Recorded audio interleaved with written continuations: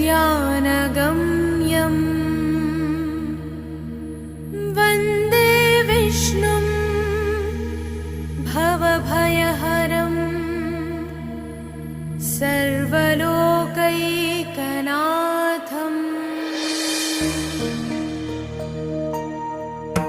गरुडगमन तव चरणकमलमिव मनसि लसतु मम नित्यम्।